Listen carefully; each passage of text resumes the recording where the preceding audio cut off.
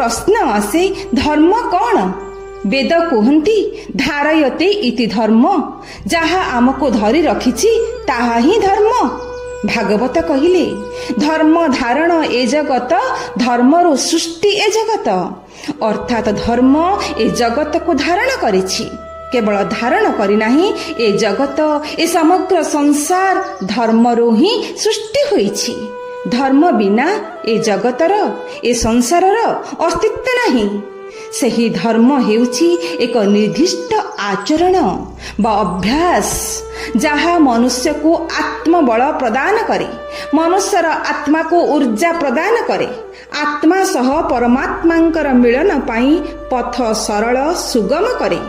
ସେହି ଧର୍ମ ଅର୍ଜନ ପାଇଁ ଏହି କାର୍ତ୍ତିକ ମାସଟି ପ୍ରକୃଷ୍ଟ ପ୍ରଶସ୍ତ କ୍ଷେତ୍ରଟିଏ, ଯାହାକୁ ଆଚରଣ କରିବାକୁ କେବଳ ଏହି ମନୁଷ୍ୟ ହିଁ ସାମର୍ଥ୍ୟ, ଅନ୍ୟ କେହି ବି ନୁହନ୍ତି। କବିବର ରାଧାନାଥ ଅତି ସୁନ୍ଦର କଥାଟିଏ ଲେଖିଲେ, ଧର୍ମ ଏକପୋତ ଗଢ଼ିଛନ୍ତି ବିଧି, ତରିବାକୁ ଏହି ସଂସାର ବାରିଧି। ଧର୍ମ ଏକାସିନା ମହତ ପଣିଆ, ଆଉ ବଡ଼ପଣ ଅଢ଼େଇ ଦିନିଆ। ଏ ସଂସାର ଏକ ବିରାଟ ସମୁଦ୍ର, ଭୟଙ୍କର ସମୁଦ୍ର, ଯେଉଁଠାରେ ବାସ କରନ୍ତି ଅନେକ ଭୟଙ୍କର ଜୀବଜନ୍ତୁ। କିନ୍ତୁ ତାକୁ ତ ଆମକୁ ଅତିକ୍ରମ କରିବାକୁ ପଡ଼ିବ।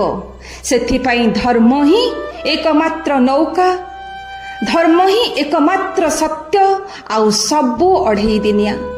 ମନୁଷ୍ୟର ଆତ୍ମଗାରିମା ଅହଙ୍କାର ଅଢ଼େଇ ଦିନ ପାଇଁ। ମାତ୍ର ଯାହା ପାଖରେ ଧର୍ମର ପୁଞ୍ଜି ଅଛି, ସେ ନିଶ୍ଚିତ ଭାବରେ ଆଗକୁ ବଢ଼ିପାରିବ, ତାର ବିନାଶ ନାହିଁ।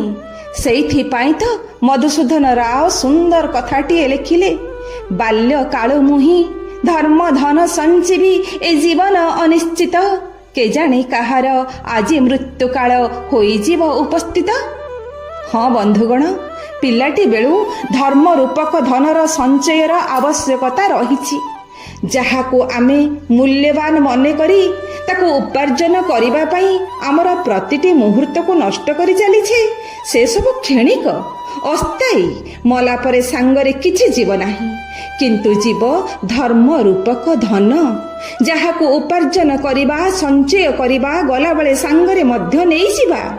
ତେବେ ସେହି ଧର୍ମ ରୂପକ ଧନକୁ କିଏ ଅର୍ଜନ କରିବାକୁ ସମର୍ଥ?